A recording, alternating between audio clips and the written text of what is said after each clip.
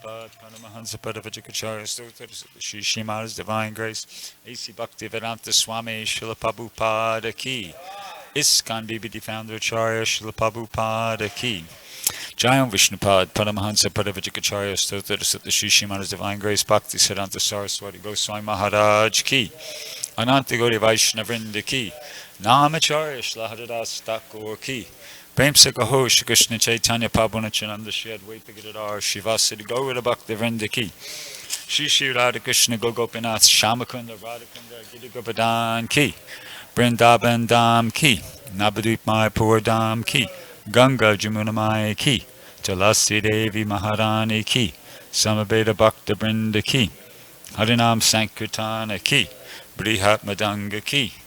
All glories to the assembled devotees, all glories to the assembled devotees, all glories to the assembled devotees, all glories to Shri Shri Guru and Gauranga, all glories to Srila Prabhupada.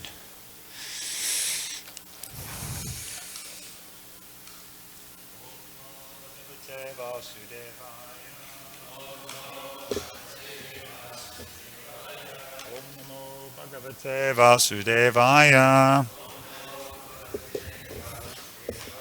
Om Namo Bhagavate Vasudevaya. Reading from Srimad Bhagavatam, 1st Canto, Chapter 11, Text 6.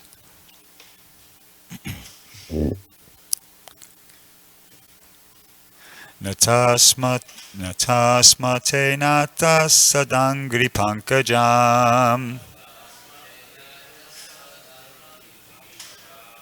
Natasmate natas sadangri pankajam. Varincha Vairincha Surendra Vanditam Virincha Vairincha Surendra Vanditam Parayanam Shemam Ihechatam Param Parayanam Shemam Ihechatam Param Nayatra Kala Prabhavet Para Prabhu Nayatra Kala Prabhavet Para Prabhu Natasma Tenata Sadangri Pankajam Videncha Vaidencha Surendra Vanditam Parayanam Shemam Ihechatam Param Nayatra Kala Prabhavet Para Prabhu. Others?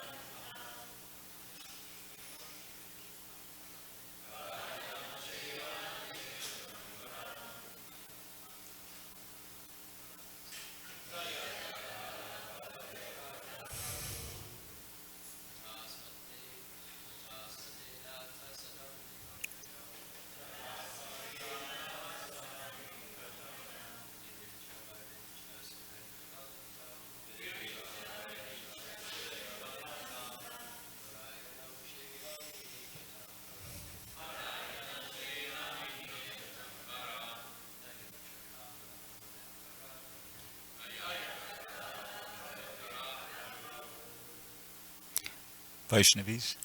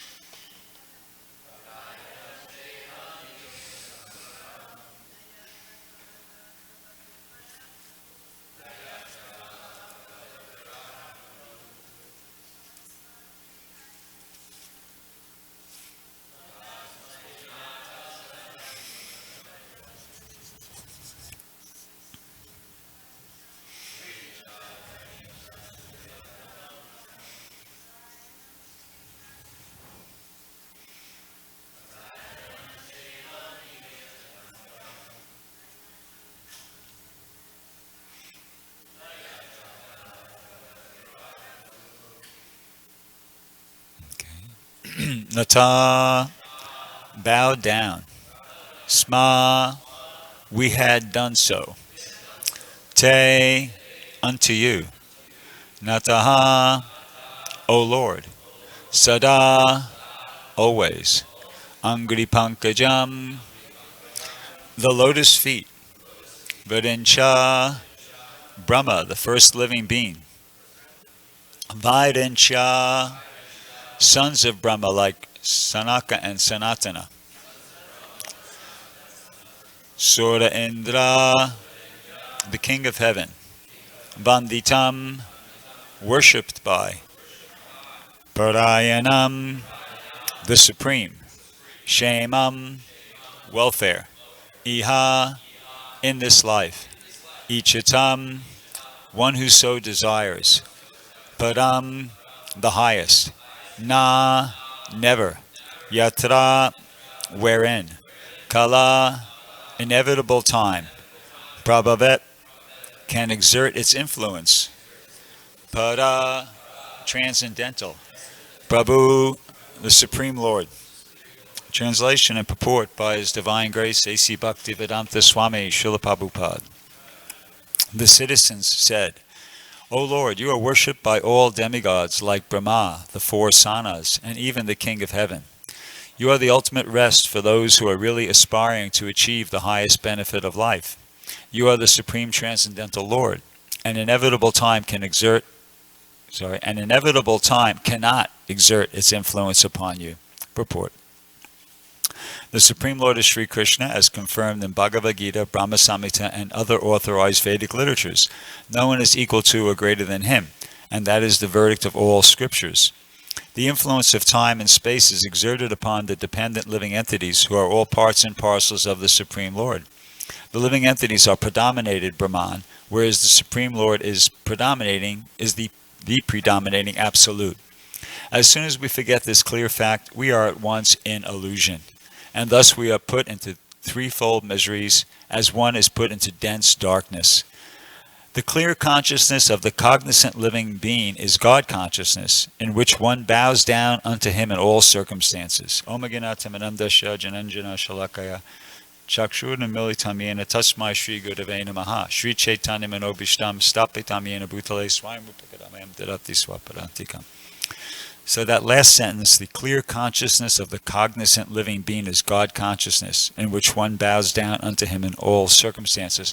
When I read that, it reminded me of a statement, a very famous statement by Lord Shiva, which is found in the 4th canto, and which Prabhupada quoted this verse, at least the first line, pretty frequently. Sattvam Vishuddham Vasudeva Sabditam Yad iyate tatra pumam abhavrita. Sattve cha tasmin bhagavan vasudevo hiyat hoksajo me namasa vidhiyate. This is Lord Shiva speaking. He says, I am always engaged in offering obeisances to Lord Vasudeva in pure Krishna consciousness. Krishna consciousness is always pure consciousness, in which the Supreme Personality of Godhead, known as Vasudeva, is revealed without any covering. So, Krishna consciousness, pure consciousness, and really, in order to function, we have to try to be in Krishna consciousness, because as Prabhupada mentions here in the purport, that as soon as we forget this clear fact that Krishna is the predominating absolute, we're at once in illusion, and we're put into dense darkness. We won't know how to function. We won't know how to behave properly. We won't know how to understand things in proper perspective. Which is a really important thing to be able to do. It's a very tricky thing living in the material world. Just to give an example, here we are, we're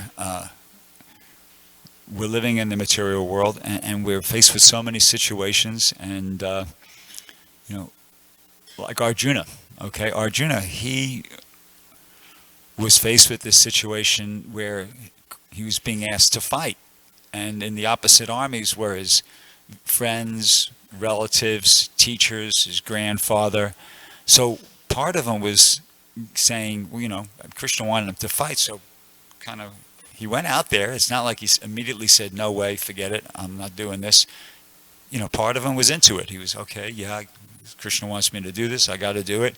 But then when he got out there and he looked at the battlefield and he saw, right in front of him who was there, and he started having some misgivings. And, there's my grandfather, there's Duryodhana, my teacher, there's all these cousin brothers, etc., etc. And what's going to happen to all these soldiers, that are killed, and what's going to happen to their wives, and what's going to happen to the whole society as a result of a big war like this, etc., etc. See? So he was feeling like that, and he was getting very,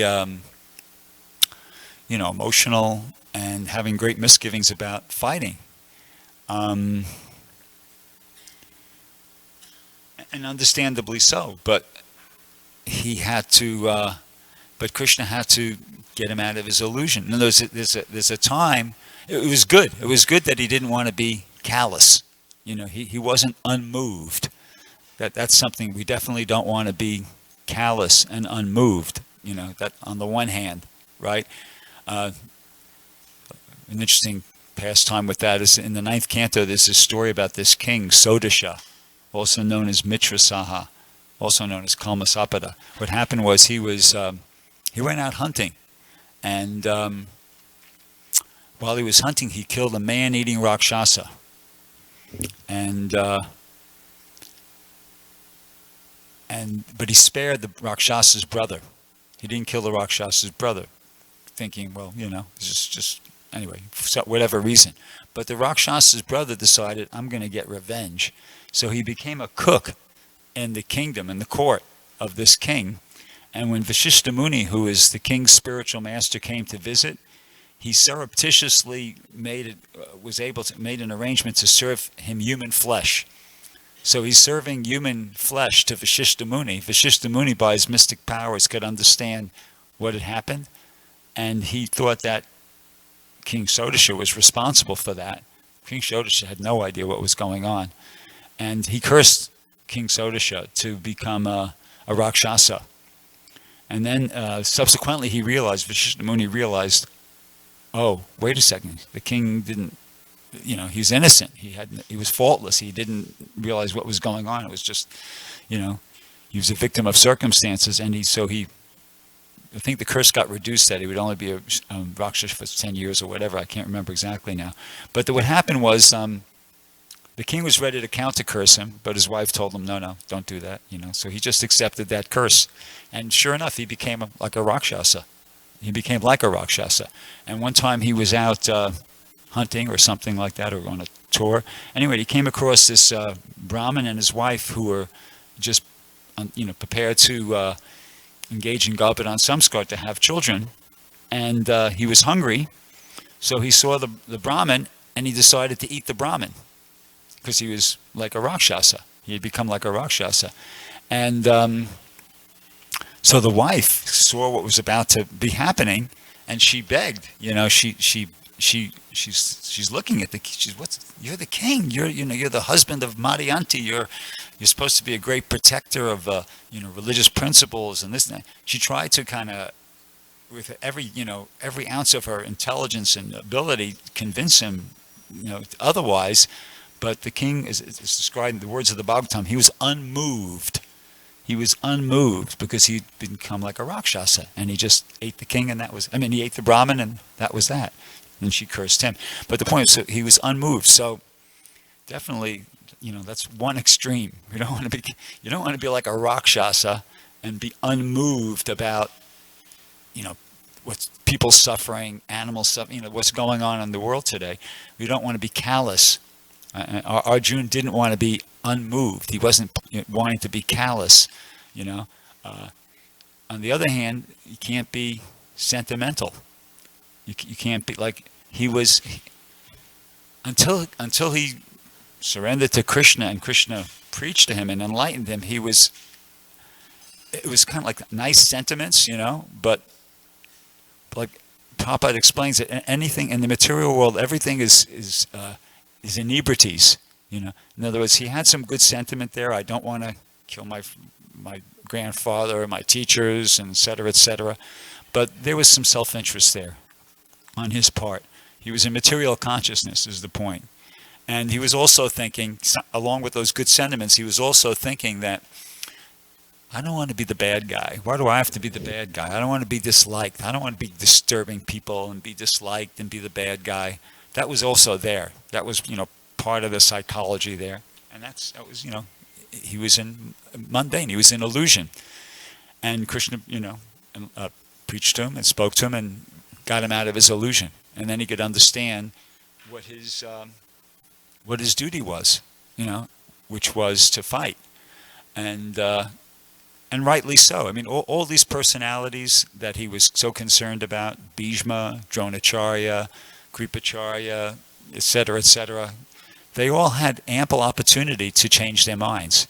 It wasn't like what happened in 30 seconds.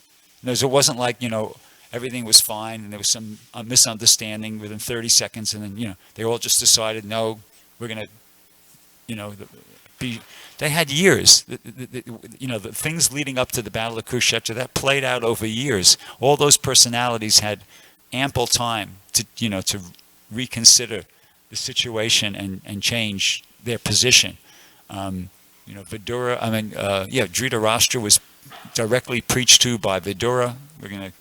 We'll be coming up to that when we get to the third canto. They all had ample opportunity to reconsider. But no, they chose. No, this is what they want. And Krishna, his thing was, okay, look, tough luck. I want a God-conscious ruler.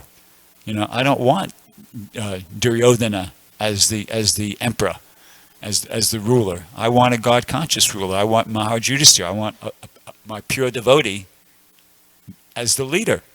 And Krishna understood that these people had ample, as I said, opportunity to make the right decision, but they've misused their free will and they're choosing not to. So therefore, this has to take place now. This battle has to take place. And Arjuna, Krishna, in so many different words, helped him to understand that, and then he surrendered, and he was prepared to understand there's higher principles involved here, and I have to surrender to Krishna's will, and he did that. So the point is that we have to follow in the footsteps.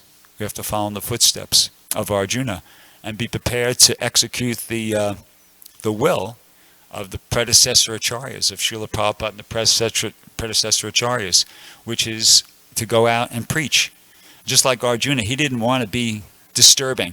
He didn't want to be the bad guy. And I'll just, I'll beg, I'll go to the forest, whatever. Krishna said, no. You're by doing that, you're not doing your duty. You're displeasing me like that.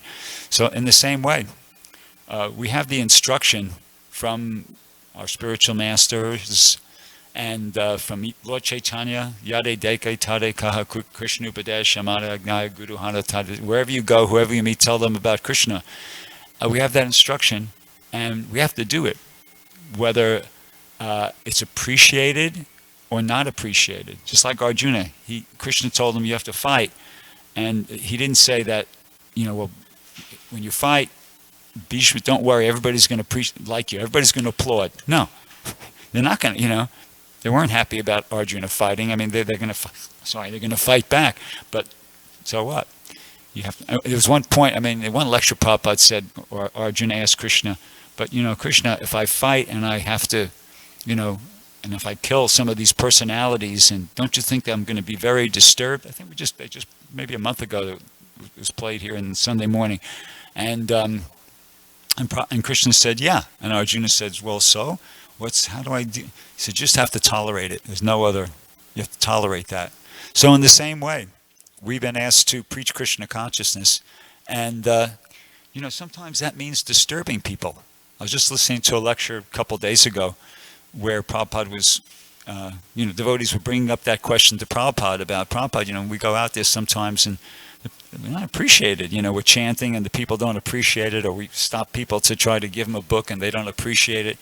And Prabhupada said, that's okay. You have to do that. And Prabhupada gave an example to help them understand. He said, just like if a person's sleeping and somebody's coming to kill him, and you yell out, Mr. Such and Such, wake up, wake up. This person is coming to kill you. Wake up, And initially they might be disturbed. Why are you I was sleeping so peacefully? Why are you waking me up? You're disturbing me.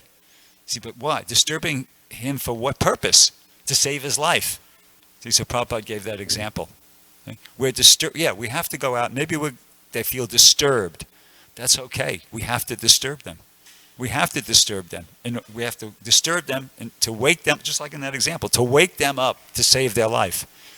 Just like in, that person's, you're yelling, wake up. And he's disturbed, but you're saving his life. So in the same way, we go out on Sankirtan and maybe the people feel disturbed by the Harinam party or disturbed by somebody approaching them to distribute a book. But by that disturbing, if they're fortunate, they'll be woken up and you're saving them from descending into the lowest species of life in their next lifetime. You're starting them on their path back home, back to Godhead. You're giving them the opportunity to take advantage of the human form of life, which is a gift. They've been given this human form of life, which you get after a really long time. It's not like it's a real privilege to have the human body, and you're giving them the opportunity to actually finally to use it for the purpose which it's meant for. To become Krishna conscious. It's actually the most important moment in their life. They might be thinking, this is disturbing. Why me? And sometimes I remember on Sankirtan, you get sometimes people would respond like that. Why me? When you approach somebody, they go, why me? As if it's such a botheration. It's the most best moment of their life, whether they realize it or not.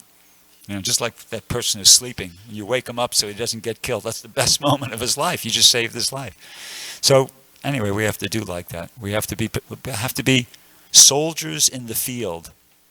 Soldiers in the field. It means you have your duty. Soldier in the field is thinking, I have my duty, and I just have to do this. It's not going to be pleasant at every moment. I might not, feel like it, or whatever. There's so many different things, there's soldiers have to deal with. Their own health, the weather conditions, what's going on with the enemy, etc. Soldiers in the field, they just know, my duty is to go out there and fight. I got to, so in the same way, our duty is to go out there and preach, and, we can't be overly concerned. I mean, we have to be practical, but you shouldn't be overly concerned about how we're feeling and you have to just do it. Prabhupada said you have to chalk out your line of duty and then follow it. Ours is not to reason why, ours is but to do or die. I mean, to a certain extent, we really have to have that sort of a mood or an attitude in preaching Krishna consciousness. Ours is not to reason why, ours is but to do or die. We don't have to be thinking, should we be? No. Prabhupada, the predecessor, spiritual masters and the predecessor acharyas have told us, Lord Chaitanya himself, preach, so we just have to do it. And, things will work out. We'll make it, things will work out in the sense that we definitely will make advancement in Krishna consciousness.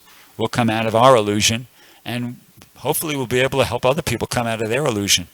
And there will be people. There will be people out there who aren't just disturbed. There will be people who are disturbed. We experienced that. Like just this past weekend, we finished a 1-month traveling Sankirtan trip. We're at UC Santa Barbara, and at the end of the 4 hours of distributing, Deva Vrata said to me, he said, boy, that was like a battle, because there's so many people who weren't receptive. We were trying to, maybe 1 out of every 10 persons we attempted to stop would stop to even talk to us. And he just felt at the end, he said, that was like a battle. I said, yeah, you're right. It is like a battle. But there are people, who genuinely appreciate what we're doing. I'll give you an example of that. On the first day of the trip, we wound up in, actually we started the first school we did was UC Santa Barbara, and it was the last school. So on that morning, I think it was Friday morning, we arrived at Santa Barbara, and it was early, so we parked in a shopping center parking lot to finish our morning program, finish our chanting before we drove over to the school. So I was chanting in the parking lot, and I was about maybe 100 meters from a supermarket, off on the other side of the parking lot. And it was about 7:30 about 7:15. It was, the sun was just rising. It was just getting light out in the sky. So it was right about that time of the morning, just getting light out. And I'm off to the right-hand side of me, the supermarket, say, over there. So coming from that direction, there's some guy. He didn't, he was kind of older looking. He didn't look really big and menacing. Didn't look, a little disheveled, but he's coming towards me, and he was mumbling something, And I thought, uh-oh, here we go, What's this going to be all about? I wasn't really afraid for my, physical well-being or anything. As I said, he looked kind of older and not very big or anything like that, but disturbed me. Anyway, so he's coming towards me, and when he got about the distance of, say, me to, say, where Gauranga Prem is, then I could understand what he was saying. All of a sudden I heard, you are chanting japa. I thought, what? This guy didn't look, he wasn't, how does he know about that? He says, you are chanting japa. And he's coming towards me. He says, oh, Hare Krishna. Worked out this guy lived in a temple. He lived in the Berkeley Temple back in the early 70s. And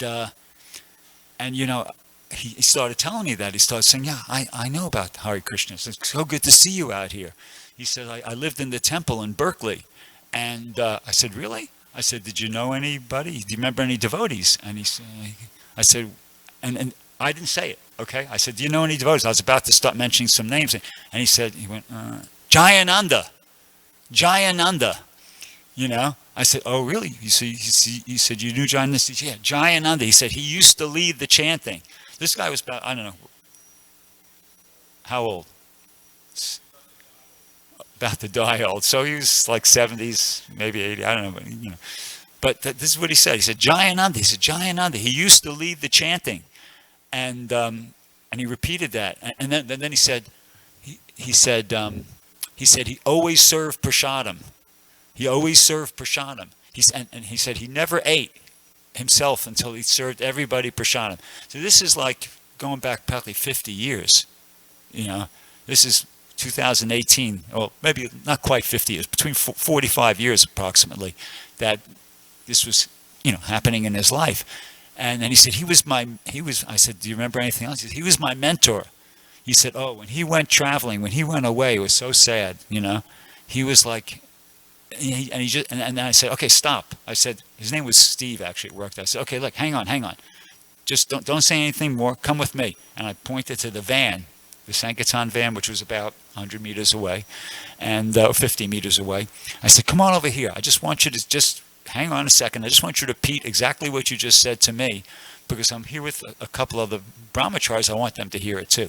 So I brought him over to the van, and I said, come on, sit in the front passenger seat. He didn't want to. He felt uncomfortable doing that. So I said, but anyway, just say what say to them what you just said to me. He said, yeah, I used to live in the temple, and I remember Jayananda, right? I remember Jayananda. He used to lead he said the same thing again. He used to lead the chanting, and he used to always serve prasad. And then after about speaking to them for about 30 seconds, he went, oh, well, hang on a second. He said, whoa. He said, I'm getting a bit emotional here. I got to control. He said, right? I'm getting a bit emotional here. And then he composed himself and he kept speaking. And it was really amazing. And here's this guy like 45 years later, but he's remembering the effect, appreciating the association of Jayananda. He had, that Jayananda, of course, was a pure devotee. Had such an impact on his life. And then we offered him, we said, come on, you want to hang around for a while? He was felt a little uncomfortable. So we gave him a whole bunch of books, and we gave him some prasadam. And, and off he went. And he walked away. He started walking away. And I felt like, and when he got about, like in the opposite direction, maybe 100 meters away, I kind of went, I felt bad. I felt that's too abrupt. This was like, wasn't enough, So I yelled out to, hey, Steve, and I waved to him. I wanted to at least wave goodbye to him, make him feel like, hey, it was great meeting you and like that, So, hey, Steve, and I waved to him. And then he goes, I couldn't make out the first couple of words. He goes, Chaitanya Prabhu Nityananda Shri Advaita Gadadhar Shivasati Gaur Bhakta Vrinda. And he goes, is that right? And I said, that's perfect. from like, about 100 yards away. And then he went off. He went, and I thought, wow, that's so far out. And so then I thought, okay, well, let me get my rounds done. So I went back to the same spot again, to resume the chanting, and I was chanting. And then I was chanting for about like 10, 15 minutes. And then I don't know how I caught it, but I just, maybe I turned or something like that. And out of the corner of my eye, I could see him coming from the other direction now. He was coming from, first he was coming from this side, and then he was coming from the other side of the parking lot back towards me. And he was really quiet. He seemed like very quiet and sheepish, And I said, hey, good to see you again. He walked right up to me, and he goes like this. He had something in his hands. He goes like this. And I looked, and it was, what he had in his hands was a little Tulsi necklace, which I'm wearing, a little Tulsi necklace with a little picture of Krishna on it, in like a glass case there. So I said, is that for me? And he went like that. I said, well, thank you very much. I'll wear it. I'm going to wear it. And I just took it as something special, So anyway, so I did. I took it, and I'm wearing it. Tulsi beads and a little picture of Krishna there. But so the point is, like, there it is. Wow, what an amazing experience. 45 years after, he was just some ordinary person. I mean, there's more things he said. I can't remember every little thing he said, but he had the association of a pure devotee, Jayananda, and it had such an impact on him that 45 years later, he was clearly remembering that, and even getting emotional remembering that. So, point being, as I said, that don't worry, there will be people out there that will appreciate what we're doing. Not everybody. It won't be everybody. Don't count on that, because you're going to be disappointed. But there will be people out there that will very much appreciate our efforts, what we're doing, and trying to approaching them and giving them Krishna consciousness, and will be benefited by it. I'll give one other example, and then I'll stop. I was at Cal State Northridge. Maybe I said this in a previous class, so I can't remember. But so I was distributing to this one person, and this other person came over and just kind of was standing there. And I was going, uh-oh, this guy's going to queer the sale probably. And but he just was quiet. And then at a certain time, he said to the person who I was talking to, he says, these books are great. You should take these books. They're really awesome, and something like that. I went, okay, And then he talked to me. And then he goes, he talked to the person. Then he's talking to me. He says, you don't remember me, but I remember you. A year ago, you gave me these books, and I didn't have any money. And you said, it's okay. I'll give it to you anyway, if you're going to read it. As long as you're going to read it. And I said, I read it, and I did. And I said, thank you. It's changed my life. Honest, I'm not exaggerating. He says, the book has changed my life, And I said, oh, wow, well, I'm glad to hear this. And anyway, I didn't have money at that time, but I have money now. And here's a donation. And he gave me a nice donation. And so I said, okay, wow, great. And then I talked to him a bit. And then still that person I was talking to didn't take the book. But anyway, it's okay. But then I talked to this person more, and I told him, reminded him, please come to the temple. I gave him my phone number and this and that. I didn't get his contact information, which is probably foolish. I probably should. But somebody, I just gave him mine. And but anyway, so there's another example of that. There are people out there that are getting the books from us, reading them, appreciating them, and really feeling that they've been benefited by that contact. So I'll stop there. Does anybody have any questions or comments?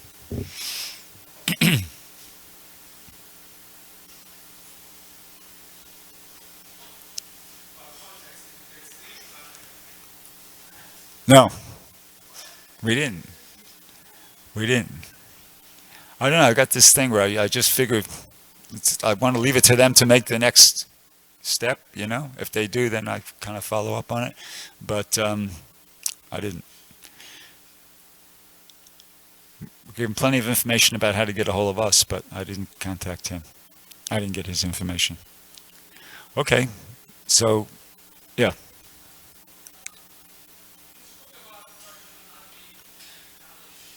Not being sorry?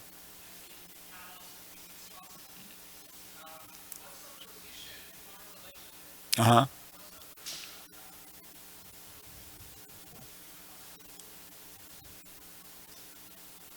What, should we vote or not?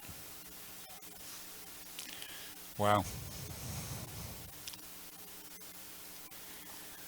I don't really know. I mean, none of these people are actually Krishna conscious. I mean, some might be representing some positions we would also agree with more than another candidate, but uh, I don't know. I don't think I could properly answer. I don't know. I don't vote myself personally, but I don't think there's anything wrong with devotees voting, and I can't think of anything I remember hearing Prabhupada say about whether devotees should vote or not. Archita, you remember anything?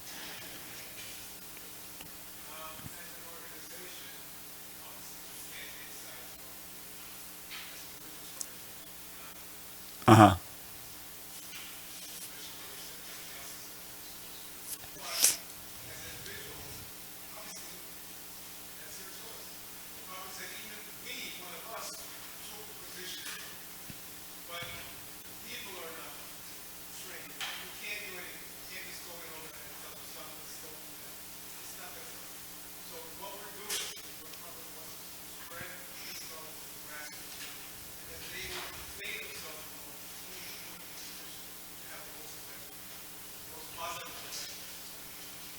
Right.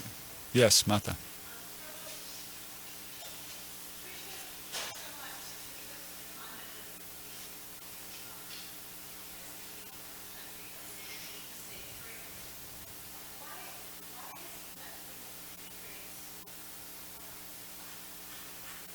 Hmm. Sure. Question is, Krishna did so much to see Maharaj Yudhishthira installed and throned as the emperor, and he also saved Maharaj Pariksit. So obviously, he's concerned about the welfare of human society because he's going to great lengths to do things to that end. So why is he allowing things to degrade to the point that they are today? Well, it's part of a system. There's an arrangement, and there's certain things are kind of supposed to happen at certain times. I mean, for instance, in the day of Lord Brahma, there's 1,000 yuga cycles. Lord Brahma lives for his daytime is 4,300,000,000 years, and his night is 4,300,000,000 years. So during his day, there's 1,000 cycles of the 4 millenniums.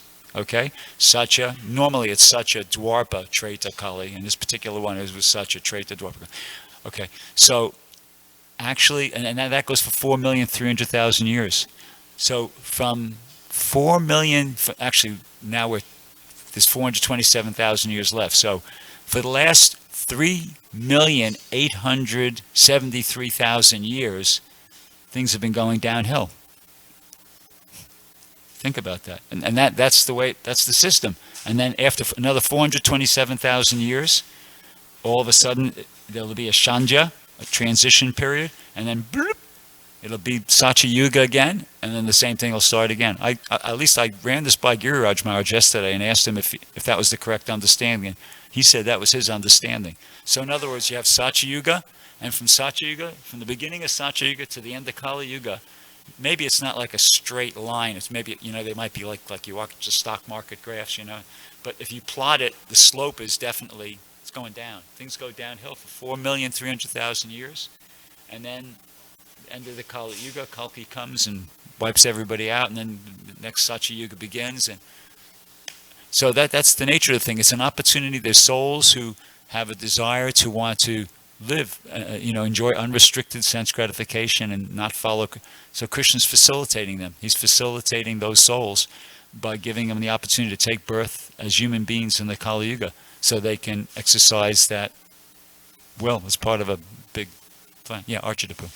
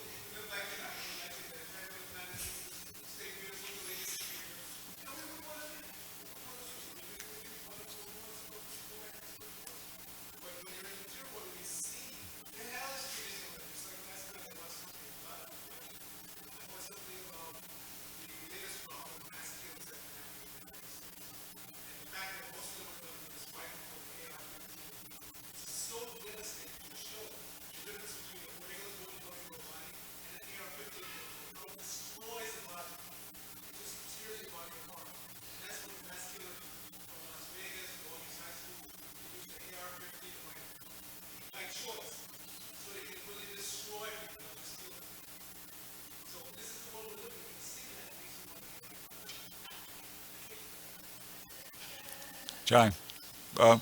One last comment or question, and then we'll go. Ganga Prem.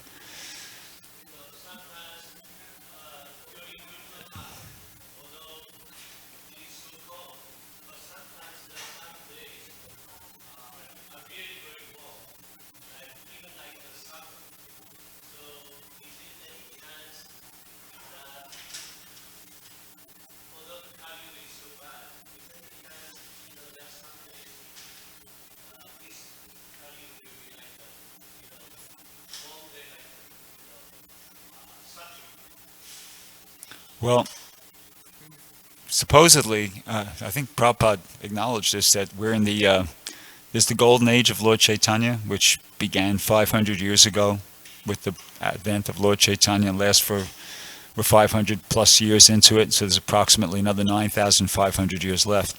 So that's a window of opportunity, and the Krishna conscious movement is very instrumental in providing that window of opportunity to people. It's a window of opportunity not to live in material conditions like the Satya Yuga, but to take to spiritual life and, make some advancement in Krishna consciousness. So that's there for the next 9,500 years. That was, Prabhupada discussed that in a conversation with Allen Ginsberg. And then after that, Prabhupada said, Allen Ginsberg asked, what will happen after that? And Prabhupada said, after that, you will eat me, I will eat you. In other words, it's cannibalism. Kali Yuga will be going on in full swing. And then Allen Ginsberg asked, what will happen to your disciples at that time? He said, will there be any more chanting Hare Krishna? Prabhupada said, no, Hare Krishna, chanting of Hare Krishna will be finished at that point.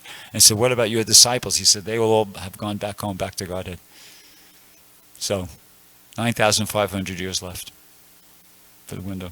Grantaraj Srimad Bhagavatam Ki Jai, Srila Prabhupada Ki Jai.